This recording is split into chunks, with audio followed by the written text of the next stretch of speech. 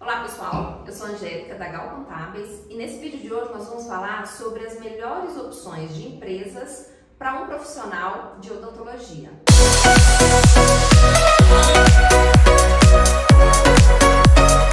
Hoje em dia está cada vez menos frequente o profissional de odontologia sair da faculdade e já se registrar como CLT em uma clínica odontológica, em uma empresa. Algumas empresas oferecem esse tipo de serviço, para os seus colaboradores, só que isso vem ficando cada vez menos frequente. E o profissional de odontologia, assim que ele sai da faculdade, ele procura como as informações necessárias para poder desenvolver as suas atividades. Bem, Angélica, eu vou atuar como? Vou atuar como pessoa física? É melhor eu já abrir um CNPJ, atuar como pessoa jurídica? E é exatamente sobre isso que nós vamos falar nesse vídeo. Se o profissional de odontologia optar por atuar na pessoa física, ele vai ter que preencher mensalmente o seu livro caixa. No livro caixa, ele vai ter ali o registro das receitas, das despesas, vai ter o resultado da operação dele. E nesse lucro, da operação, ele vai ofertar a tributação e pagar o imposto através do Carnê-Leão. E também vai fazer a sua contribuição previdenciária, conforme determina a legislação. Só que muitos dentistas, muitos profissionais da área de odontologia já chegaram à conclusão de que, atuando com uma empresa, como um CNPJ, a carga tributária pode ser muito menor. E até mesmo a possibilidade de expansão, de poder abrir uma clínica, montar o seu negócio, ela aumenta muito quando você já tem uma estrutura de pessoa jurídica já constituída. Você pode contratar os seus funcionários, você pode ter uma atuação, inclusive convidar parceiros para poder atuar junto com você no quadro societário. E aí a pergunta mais frequente é: ok, Angélica, optando pela pessoa jurídica, qual que é a melhor opção, quais as opções, inclusive, que o profissional de odontologia pode atuar? Hoje a gente tem a figura do MEI, o MEI que é o microempresário individual, que tem ali uma comodidade muito bacana, porque ele não depende de uma contabilidade, a taxa de imposto dele é muito pequena, ele vai pagar ali em torno de 50, 60 reais por mês, só que não é permitido o enquadramento de uma atividade de odontologia como MEI. Ela é uma atividade especializada, regulamentada, inclusive com registros em órgãos regulamentadores, no caso da odontologia, o próprio CRO, e esse tipo de atividade, ela não é permitida no MEI. Então, nós temos que descartar a atividade do MEI, a possibilidade do MEI, e é lógico que um profissional de odontologia, ele tem consciência que eu vou prestar uma atividade de odontologia, então não adianta querer procurar uma atividade próxima, similar, para usufruir do benefício do MEI, principalmente também considerando o limite de faturamento que o MEI traz para os profissionais. Então a gente descarta a possibilidade do MEI e também a figura do empresário individual. O empresário individual, ele tem uma desvantagem muito grande porque o patrimônio da pessoa física, ela mistura com o patrimônio da pessoa jurídica. Então, se você tem um contrato da sua pessoa jurídica com algum tomador de serviço, com alguma clínica, algum problema ocorrer, este problema ele pode recair sem maiores limitações na sua pessoa física.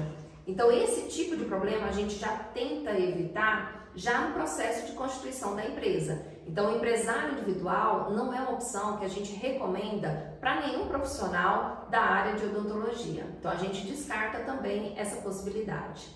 Nós tínhamos também a figura da Eireli, a Eireli que era uma sociedade limitada, ou seja, a responsabilidade dos atos da empresa se limitavam ao valor do capital social. Só que ela tinha uma exigência ali de um capital social muito alto. Você tinha que integralizar 100 salários mínimos, o que tinha chegado na época a mais de 100 mil reais.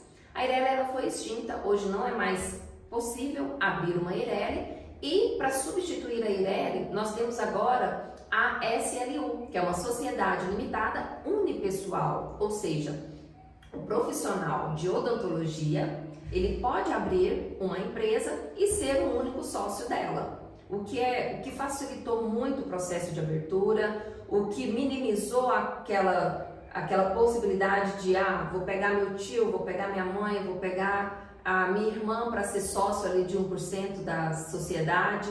Então, assim, hoje você não tem mais essa necessidade e fica ali somente como único sócio, você tomando conta da sua empresa, você administrando tudo que é pertinente à sua empresa. A outra opção também é uma sociedade limitada. Essa sociedade limitada também é muito praticada hoje em dia e ela precisa ter no mínimo 2 sócios. Uma das opções que a gente mais atua para profissionais da área da saúde, bem como odontologia, é a sociedade simples. A sociedade simples ela tem algumas características, por exemplo, o registro dela não é feito na Juscenc, e sim no cartório, e também a vantagem que ela apresenta é que, dependendo do faturamento da clínica, dependendo do faturamento do regime tributário que a clínica estiver atuando, ela pode fazer um recolhimento do ISS por profissionais. Então, nessa sociedade simples é necessário que os profissionais sejam atuantes da mesma área, ou seja, eu preciso de 2 profissionais de odontologia com registro no CRO para poder compor o quadro societário, e aí sim eu posso fazer o recolhimento do ISS por profissionais e não na alíquota exigida pela prefeitura, dependendo do município que a empresa esteja.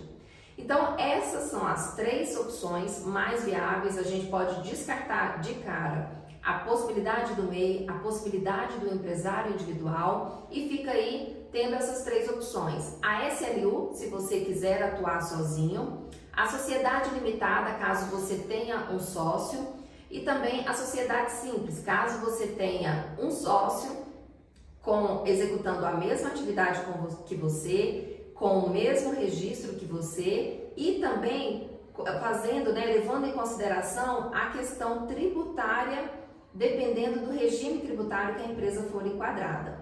Para definição, Angélica, beleza, mas qual eu vou abrir agora o meu CNPJ? Qual dessas 3 opções eu vou considerar? Essa opção ela só vai ser levada em consideração a você depois de analisar quais são os seus objetivos com a clínica. Angélica, eu quero atuar sozinho, eu quero simplesmente, a minha expectativa de faturamento é o valor X. Então a gente faz toda uma análise desses fatores, qual será o seu campo de atuação, como você pretende atuar, qual a sua expectativa de faturamento, para a gente poder juntos definir quais dessas 3 opções vai se enquadrar melhor no seu segmento.